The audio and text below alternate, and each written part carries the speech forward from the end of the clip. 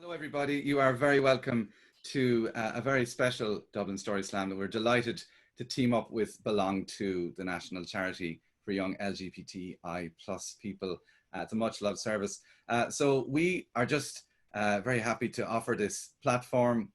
First of all, there's so many people in now. We've got 157 people in. I've asked in the chat for everybody to say hello from where they are. So just reading down through, we have all over. We have as far away as Rathfarnham, Wicklow, Bray. I liked the fact that people could travel outside their county during the most recent version of the lockdown, although it did raise the question of the status of Bray, whether that was Wicklow, or I know it's Wicklow, but there was a lot of dubs in there. Anyway, so we are absolutely delighted to be part of this Zoom call.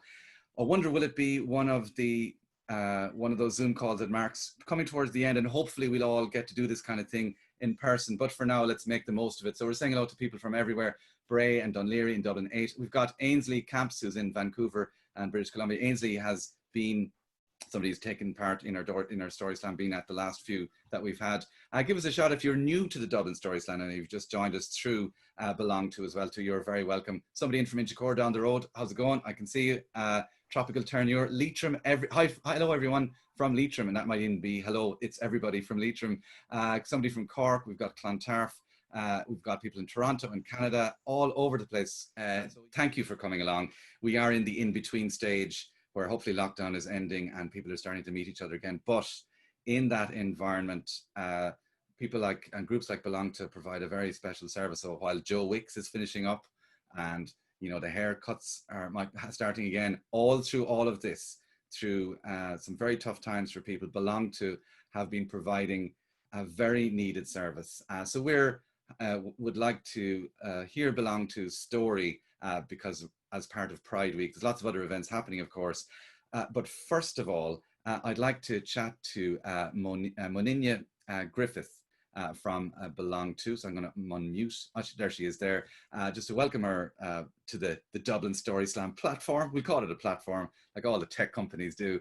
Welcome her to that and just have a quick chat with her about what Belong To does, particularly if there's anybody on the call maybe might have been thinking about Belong To, either in thinking about supporting it or joining to help, or maybe availing of the services and have been circling it for a while.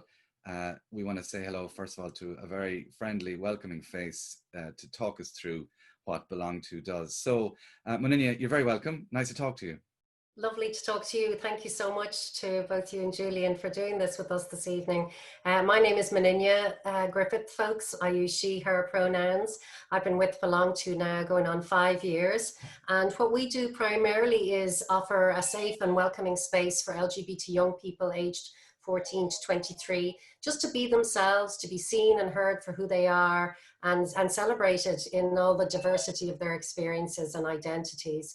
We provide free youth services in our Dublin office, so youth groups, one-to-one support, and youth. Yeah, the youth groups have gone online now, and so anybody who needs, who wants to connect with some other young people going through similar experiences as them, get in touch through belongto.org. Also, if you just want to have a chat with a youth worker, we can text you, call you, WhatsApp you. We can Zoom chat with you as well, but it's really up to you what you feel comfortable with. Whatever's going on for you at the moment, no problem's too small.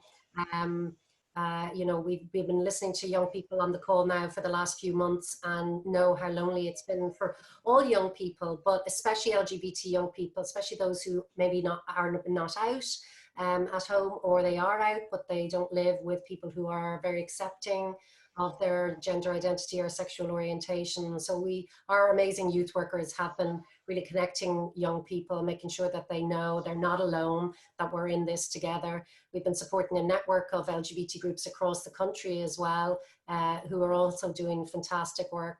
And then during the year, when hopefully we're back to some degree of normality, we'll be back in schools and other youth services to make sure that those spaces are safe and welcoming for them. But some of the fun things the young people are up to at the moment, it's not all doom and gloom, it's not all rainbows, but it's not all doom and gloom. We're having pizza parties, we're doing makeup tutorials, Lots of fun things to celebrate Pride, to make sure that LGBT people across the country feel connected and still part of the community, even if we can't be with each other in person, that we're still connected and we're still in this together. So I'm just thrilled to be here this evening, and I know these stories I haven't heard the stories, but I've been told they're going to be amazing, and I'm really grateful for everybody who's joined us this evening. And yeah, please do whatever you can, volunteer, donate, get involved. If you or yourself are a young LGBT person or somebody exploring your gender identity or sexual orientation, get in touch with us. Or if there's somebody in your family that you know could do with a bit of a support, we're there for you. And back over to you, Colm. Thank you very much, Moninne. And so there's all sorts of people on this call. There might be people who want to be better allies, and somebody like myself is learning along the way. This is the first time, for example, I've ever mentioned pronouns. I've ever written it as a thing, and the weird thing, I didn't explode, and the world's still going on. It's weird how that happened. But in little steps, depending on who you are, what would you say to people who are kind of like, how can I help? I'm a bit shy, or I'm not a person who has stepped up or something. Where do you start? Well, this is a great time to get started. So with our partners in Aviva, we're running a campaign called Light Up for Pride. So you can start taking photographs of yourself with Pride stuff around your house and posting it with that hashtag. Or if what we're doing is I bought some colored lights today. They're little unicorns, and I'm going to put them in my front window so that when there are young LGBT people walking by my house, they'll see that and they'll know that, oh, there's somebody in my community, on my road or in my town that supports LGBT people and equality. I think you can do really small little visible things like that. Yeah, I probably really need to do something with my vanilla background here. If somebody said, Colm, leave no trace of your personality whatsoever on your background, then that's probably what the question I've answered here. Lots of deals with you, or yeah, my daughter drew this. There's colours on this. I'll just put in a few of the rest of them just to update it. Okay, Moninne, thank you so much for that. A great encapsulation of all that you do. And hopefully it's for people for whom it's the first time they've heard of you. This might be a place they might start helping.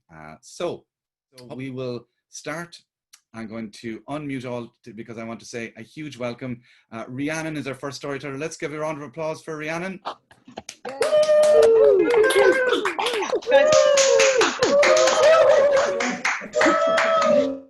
Seems so brutal to mute everybody. I wish I could fade out nicely, but how and ever.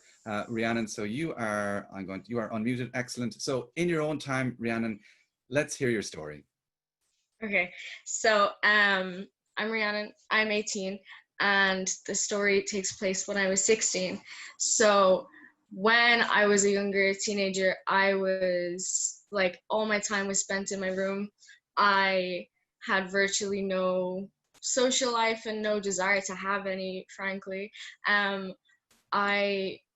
This kind of like came from just not wanting to reveal who I was to other people because I didn't know myself who I was.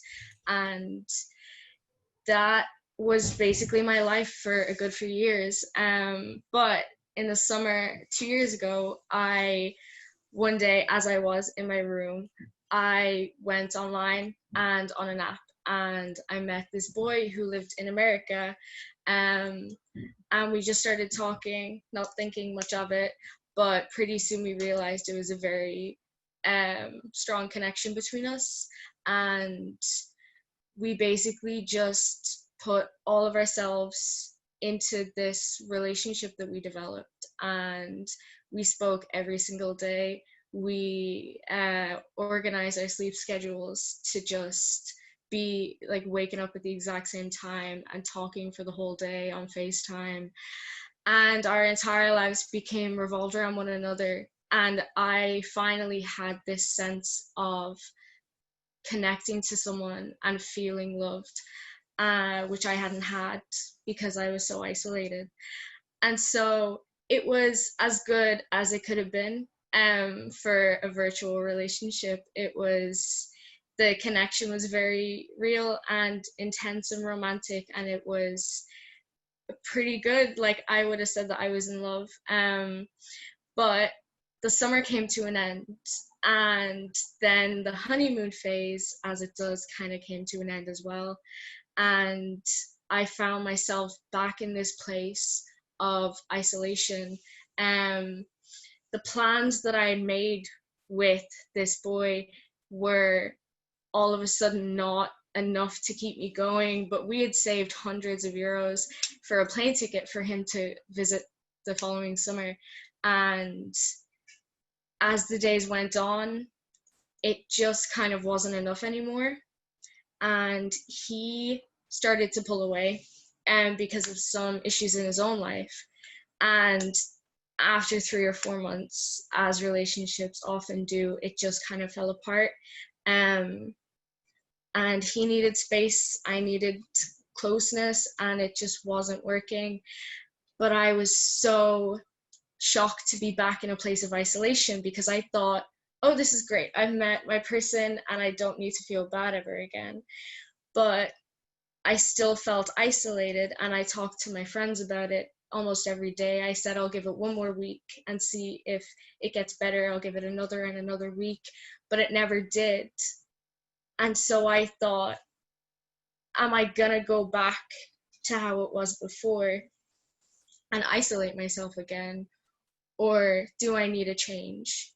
And so I spent a few weeks in denial, but then realized that I do need to take some action and change something in my life. So I Googled how to do that, as though it was so simple that a WikiHow article was going to tell me how to fix my life. But I found resources online and youth groups, and the idea of that, after being so antisocial and such an introvert for years, the idea of going into a room full of strangers and introducing myself when I didn't know who I was, I didn't know who I was going to introduce myself as. It was terrifying. So I closed all the tabs and put it away for another while, but eventually my relationship was still very bad, and I knew that I needed something good to happen. So I heard about Belong To and their youth services, and I thought, okay, let me sleep on this for a week or two and see if it's something that I could build up the courage to go to. And so because I felt just at rock bottom, I felt so empty and defeated that this relationship hadn't worked, I knew I needed to reach out. So I planned to go to their Sunday group, and I thought, you know what? I'm so confident. This is going to be great. I am able to walk into this room. I have confidence. I can be assertive and talkative. And as I stood at the end of Capel Street and saw the building at the other end, my whole body just switched. My body was buzzing, and I was terrified. And with each step that I took, I was walking slower and slower, and I just did not want to get to that front door. I saw people outside, and I thought, how they know each other, how am I supposed to fit into this situation? And so I stood not talking to anyone for a while, for like 10 minutes, until someone came up to me and introduced themselves and asked me my name and where I'm from, and asked me about myself.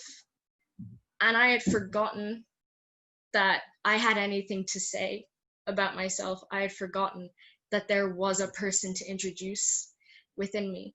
And this person was so friendly and is still a good friend of mine to this day.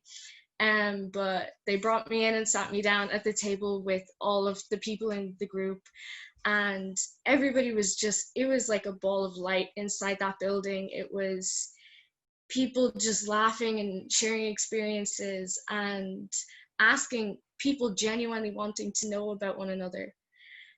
And over the weeks that I had been so unhappy before that, I had just forgotten that that can happen and that you can feel good without sacrificing your needs for people. And so I don't remember much of the day, but I remember spending time with those people after the group and knowing that this was going to be a big thing for me. And on the bus on the way home that day from town, I texted the boy that I was in a relationship with, and I ended it because I finally felt supported enough to step away from what wasn't making me unhappy anymore. Or wasn't making me happy, but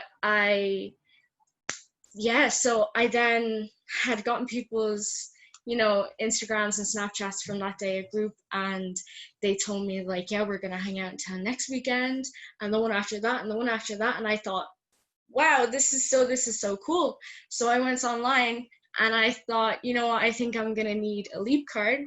So I got my little leap card, and I was so excited. The day that I got this was one of the most exciting days, because I thought, what if I actually am? I think I actually am this extroverted person who is so excited to be around other people when they're the right people.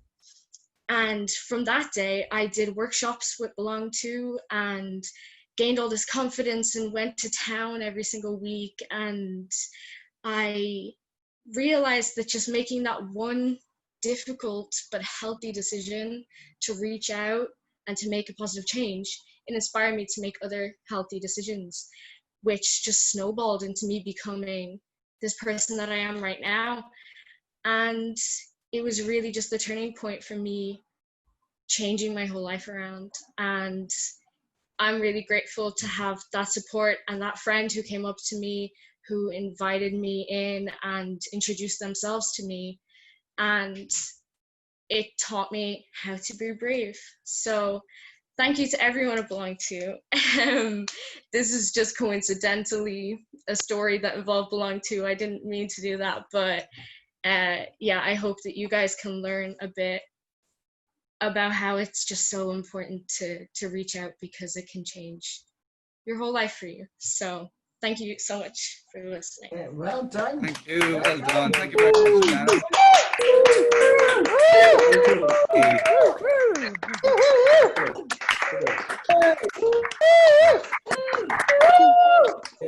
Yay. That's great.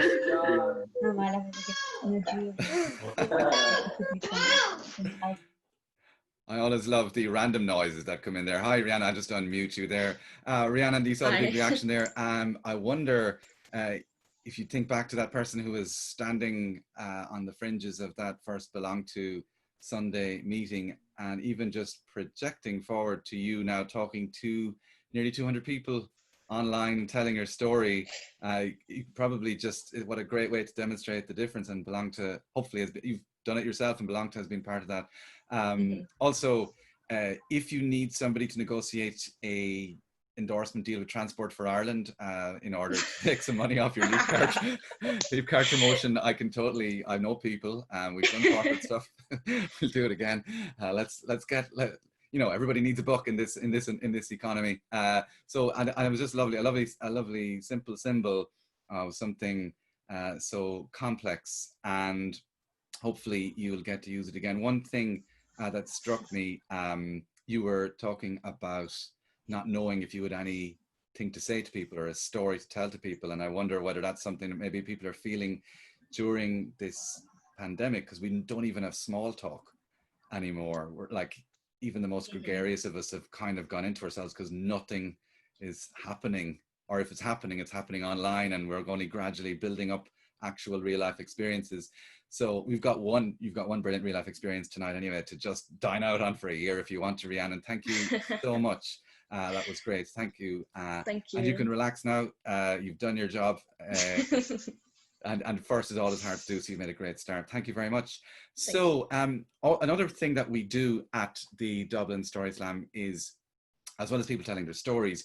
We have these little slips of paper that we hand out during the night at the Sugar Club, and people write little stories, which sometimes they put their name in them. More often than not, it's anonymous, and it allows them to get something off their chest. Sometimes it's funny, sometimes it's sad, sometimes it's heartbreaking, and it helps them just to write it down. They don't always all get read out, but I thought we'd do a few here from people who've just sent us something that they want people to hear. So this is somebody, and it's kind of an inspiring one, and we wish them luck on this journey. Somebody said to us, I've been called the D slur, the F slur, etc.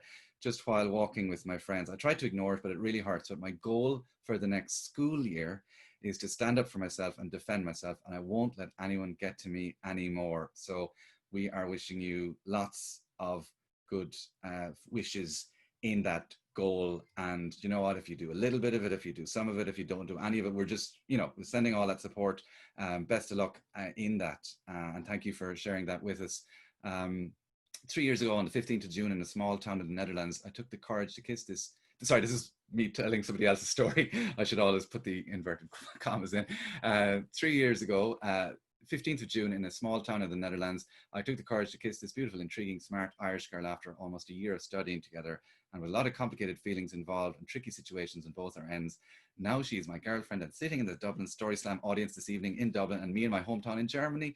Oh, but hopefully you'll connect very soon. So proud to be with her, and of course the courage that both of us showed that day and in all the moments since then that brought us here. So big wave to you as well too. Thank you for sharing that. I think we will move on to our second storyteller. So what I'll do is I'll just make sure I can locate Elle on my screen. Let me just, so you're currently on. Elle, would you unmute yourself and say hello? Then I'll find you. Then I'll unmute everybody. Right, so stay there, right? Don't go anywhere. You stay in the bottom right-hand corner. Oh, you're gone again. Oh, there you are now. Okay, so what I'm going to do is I am going to unmute everybody to give you a round of applause, and you might unmute yourself and I'll give you the intro, all right? So, ladies and gentlemen, everybody who is in the meeting tonight, give a huge welcome to Elle.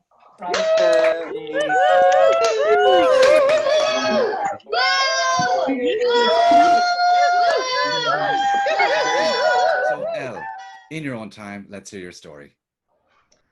So I am an artist or a creative. I enjoy my creative outlets, and one of those is art, drawing. And I particularly like drawing people and characters because they are fascinating and people are pretty. And I've been doing this for a good few years now. And at some point along that journey, I started posting them to Instagram, which was interesting because it initially was super positive. I was getting loads of wonderful feedback and I was feeling really proud of my art. But, you know, slowly I started to count the likes and judge my art based on that.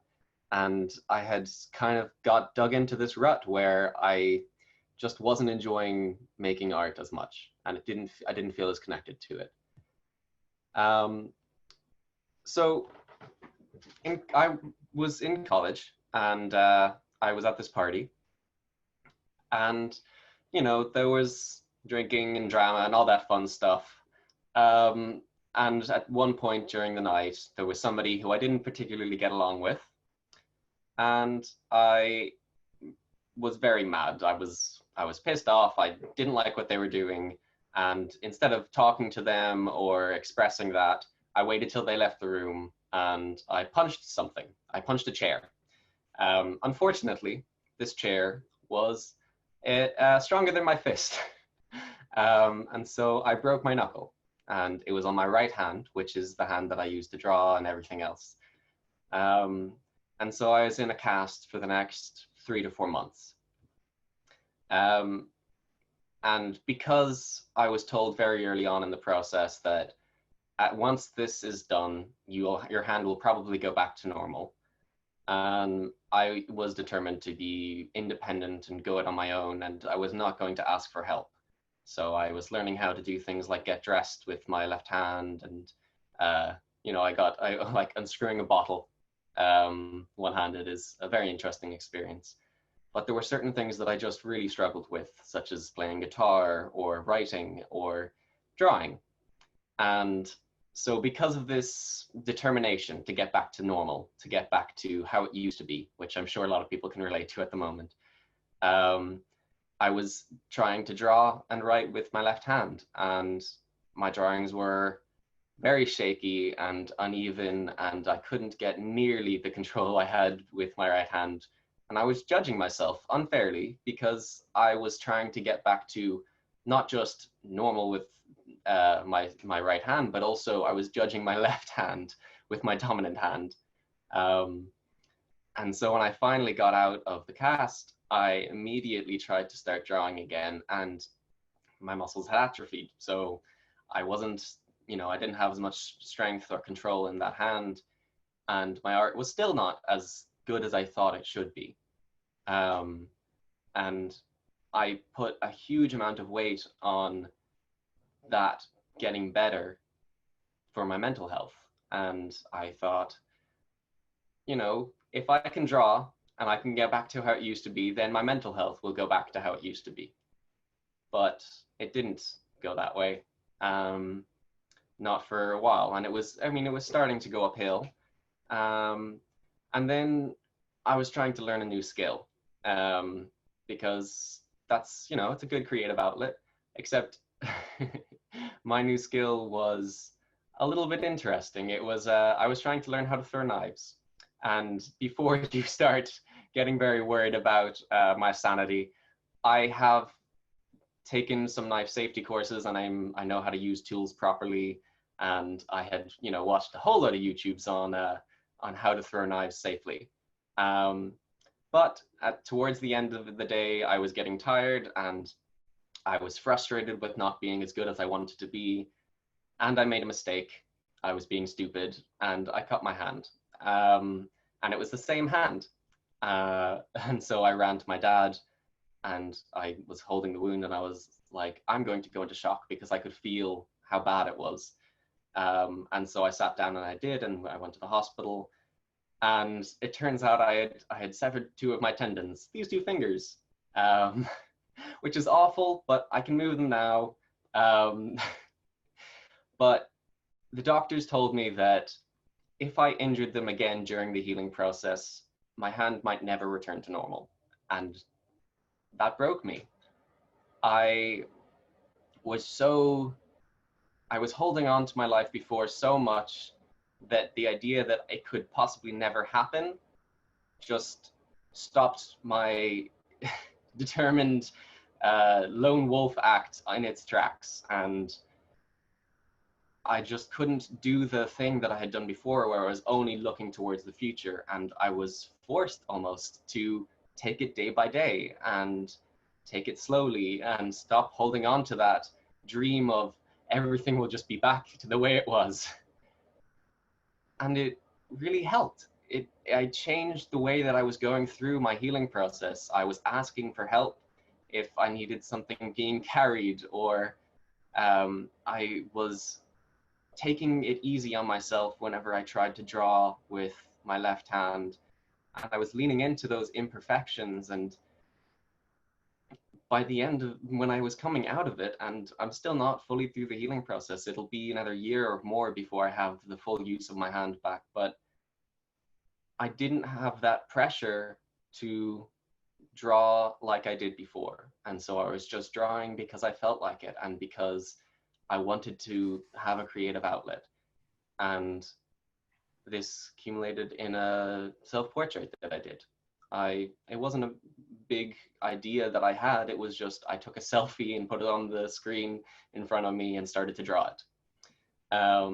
And I spent almost 6 to 8 hours on that drawing, and I was taking my time. If I didn't feel happy with something, I would just rub it out and try it again, and I would take my time, and I would just stop myself from getting too worried about if this was perfect.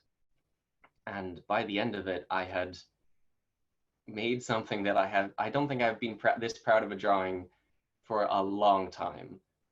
And it just proved to me that if you're I had the ability to be patient, and I had the ability to be proud of what I had created. And that patience and that I had, and the idea that this doesn't have to be perfect, just really helped the entire journey that I'd gone on. And it really established what I wanted out of my art. And I didn't want to make this stuff for other people. I was doing this because I connected with it, and because it was something that helped me. Thank you.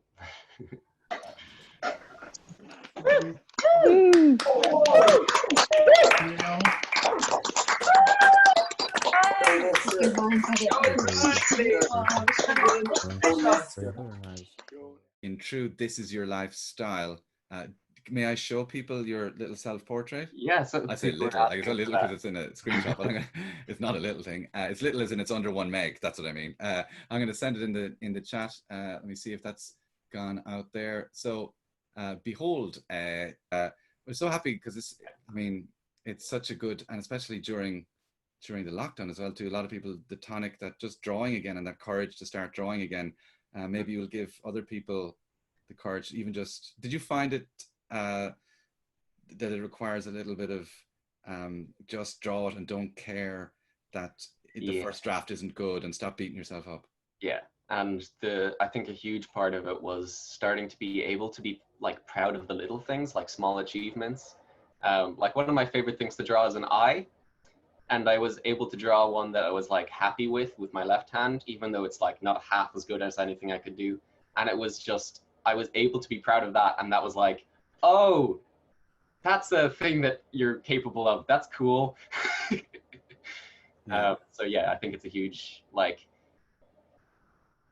not everybody's good at drawing. I'm not good at drawing in my own opinion, but if you can just take pride in whatever you can do, I think that's a huge thing to take away, and especially very useful in our current situation. Yeah, thank you so much, and hopefully you'll give somebody that little push, the need to just put the pen to paper and give themselves a break. Thank you so much, Elle. Okay, we are going on to our final storyteller. Actually, before we do, we'll do a quick little couple of stories along the way. Let me just see where I am. So Julian had mentioned something. Oh yes, one time I had some time to kill before catching a train out of New York City, and I saw that KFC in the station was offering a bucket load of soft drink of your choice. I just couldn't believe that was a thing. I ordered it and was given a literal plastic bucket of Coca-Cola. It took me a week to finish, and it spent time in 3 different fridges, but out of principle, I had to finish it. We salute you for your service to soft drinking there. A bucket of Coca-Cola. I'm now just thirsty all of a sudden. Certainly for the first hour of it, anyway. Definitely. Thank you very much for that. Hi. Who else do we have here? The bravest step I ever took was the first step on the journey inwards. The first step on the journey inwards. A long way to go, but I know it will be worth it. That's a great. Wise words indeed. Hi, the next one. Hi, I'm Freddie. I identify as non-binary and use they, them pronouns. And the time that I was brave was when I came out to people in my school. Well done, Freddie, and best of luck in your journey. And a reminder to me, I have been messing up with pronouns during the night, so apologies. Somebody's pointed out to me. I'll get there. It's just I'll keep trying. So thank you very much to Elle. We will move on now to Colm. So a big round of applause to welcome. I'll unmute everybody. I use she and him. Let me see there. Unmute all, and a big round of applause for Colm O'Gorman. Welcome, Colm. Unmuted, and Colm is unmuted. Welcome, Colm, and thank you for joining us. And let's hear your story. So first of all, those round of applauses are both the most delightful, disconcerting, and terrifying things all at the same time. But thank you. Welcome to the new world of Zoom. My story starts when I was 17, which is a little while ago now. It's January 1984. And I was living in Wexford town, where I spent most of my teenage years. I'd grown up in South Wexford. And because of a number of years of sexual violence and trauma, I couldn't have survived had I stayed there. So at 17, I packed a suitcase and hitched to Dublin. If anybody knows the Bronski Beat song, Small Town Boy, that was me in some ways. I can't hear that song without remembering 17-year-old me hitting the road and finding myself on the way to Dublin. Which, when I think about it, was also a fairly extraordinary, might seem like a fairly extraordinary, brave thing to do, but it was more driven by absolute necessity, because I just wouldn't have survived had I stayed. So I found myself in Dublin, a country boy, having never really left home at all. And I spent the first 6 months in Dublin living on the streets, homeless. There was nowhere to go and there was no support. I remember once going into a social welfare office to ask for help, and they told me that because I was under 18, I was my family's responsibility and I should go home immediately. But I couldn't go home. And my hometown was not a safe place for me to be. I couldn't have gone back, so I had to stay. So I spent those 6 months either finding a bed to sleep in because somebody would exploit me to give me that bed, or walking around the city all night and just finding some way to stay out of sight as much as I could and trying to stay safe. I remember sleeping under a bush in a park in Ranelagh.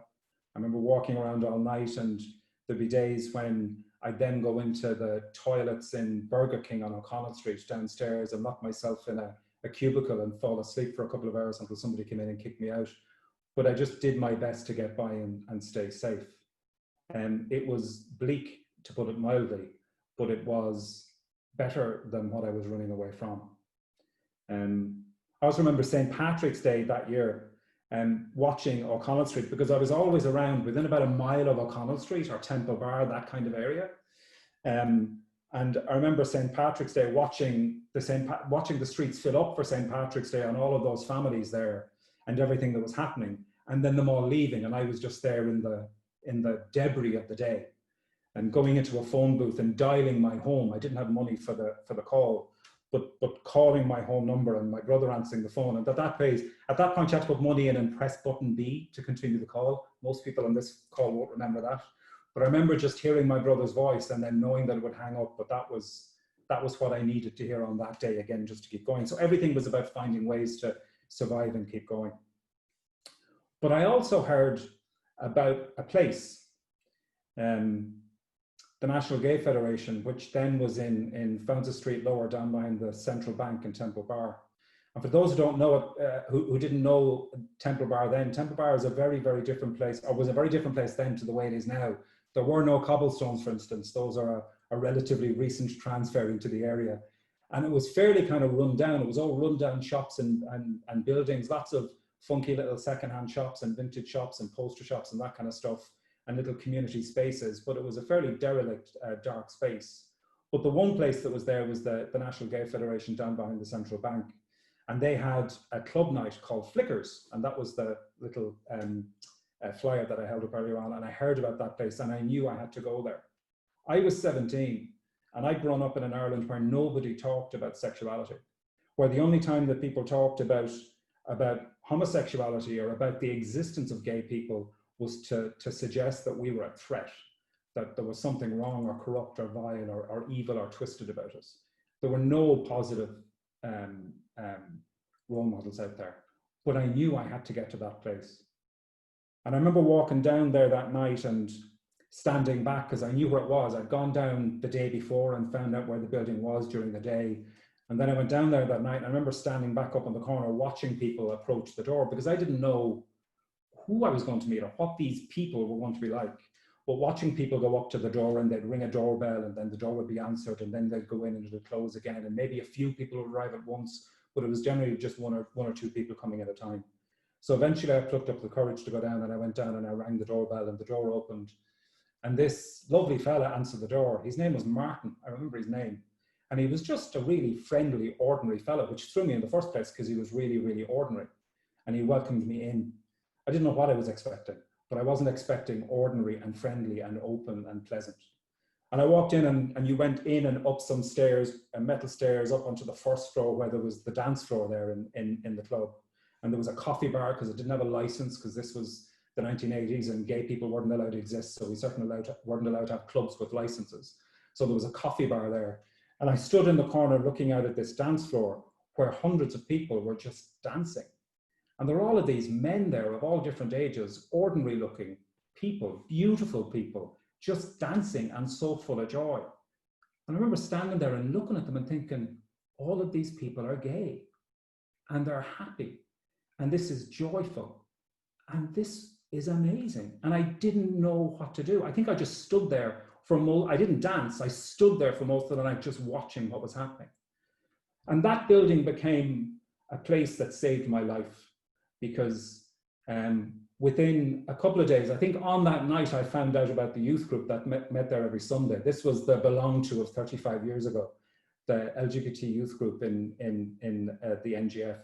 And I came back there on the Sunday for the first time and went into the youth group and spent the afternoon there. And I found my tribe. And I found friends and family and love and support and acceptance. I fell in love for the first time, which was just joyful because I didn't know that was possible. Because of everything that happened to me before, I thought my sexuality meant, you know, furtive, seedy, nasty, unpleasant stuff. I didn't even understand that I could fall in love or that love was in my future. And I found that there. And what I started to find was myself. And enough safety to begin to just begin to work out who I was.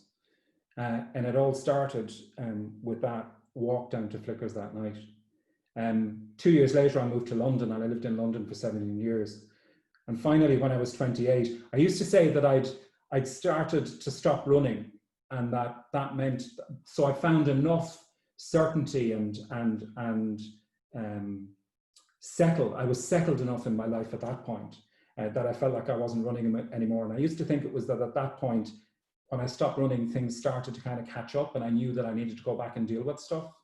And actually, I've come to realize over the last couple of years that it wasn't that I'd started to stop running, it was that I'd arrived at the place that I was running to. Because when I ran away from Wexford, I wasn't running away from somewhere, I was running towards something. I was running towards a discovery of myself and my own capacity to make the decisions and to do the things that were right for me.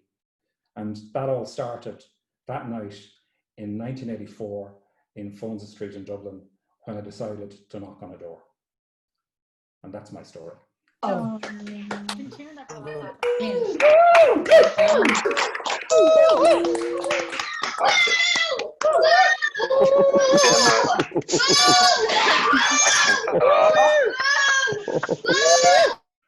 Let that person keep going. But thank you very much, Colm. WOW doesn't really do justice to it. While I have you, let me just remind you of the donate link. I'm just putting that in the chat there, just to put out there in case I forget to do it. Colm, thank you so much. How do you feel after telling the story? Does it exhaust, or is it energizing? No, I mean, it's part of that story I've been telling for like 25 years at this point, because, you know, in 1994, as I said, when I was 28, I decided I had to come back and do something. I didn't realize what coming back and doing something would mean. And it meant within, you know, a year and a half, I was suing the Pope.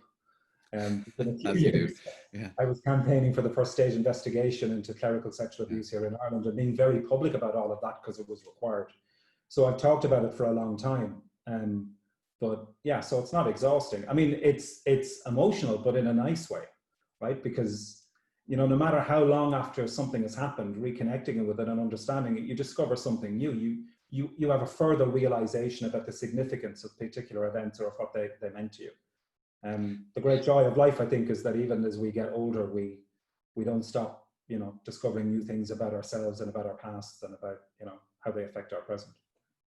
One thing, I mean, almost symbolic, the revelation that even like the cobblestones in Temple Bar are sats, are an invented past, is very interesting for me. And the fact that if you twin it with your experience of the St. Patrick's Day parade, and how, you know, a lot of people talk about good old days, and they talk about a version of the past that wasn't that way for all people. And so that kind of really brought it home. I found that very powerful. And that sense of Temple Bar back then as well too, unloved, and yet all the love that was there is something that I think I will stay with me for a long time. Before I go, onto just a kind of a wrap up, just to say a few more messages that have been sent into us. I lived in an emotionally abusive home where anytime I made a mistake or messed up, I would get kicked out of my house. The biggest decision I made for myself when I was 18 was to leave. I asked my aunt if I could leave, if I could live with her. I reached out to all the supports I had. I started to put myself first. I began realizing that the stuff that happened to me weren't all my fault, and I allowed people to like me. Leaving the toxic environment behind was the bravest thing I ever will do. So well done to that person, especially at such a young age. And we don't give young people credit in this situation for the decisions we have to make. I have such admiration for you. I don't think I've had to ever do anything that difficult. So thank you for, personally for me, for all of our people with their short stories and for our storytellers, and just giving insight into you know, the bravery that people show, that it mightn't be obvious that they are being very brave all the time. Moninne, would you like to say anything at the end? I don't want to ambush you. Anything in a quick... Just to thank everybody. I mean, that was such an amazing evening. I loved it. Loved listening to people's stories. Who doesn't love a good story, but especially a good story with a happy ending. It, you know, it's just, we all need more of this. I wish this happened every night in COVID. But thank you, Colm, and thank you, Julian. Thank you to all the speakers this evening sharing your story, and everybody else who shared your story as well. And well done for being brave, and continue to be brave. Bye, everybody. Quick one. Bye. Bye.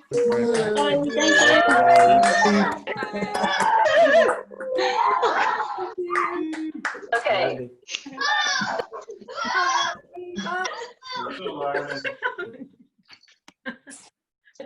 Oh, woo! One last one.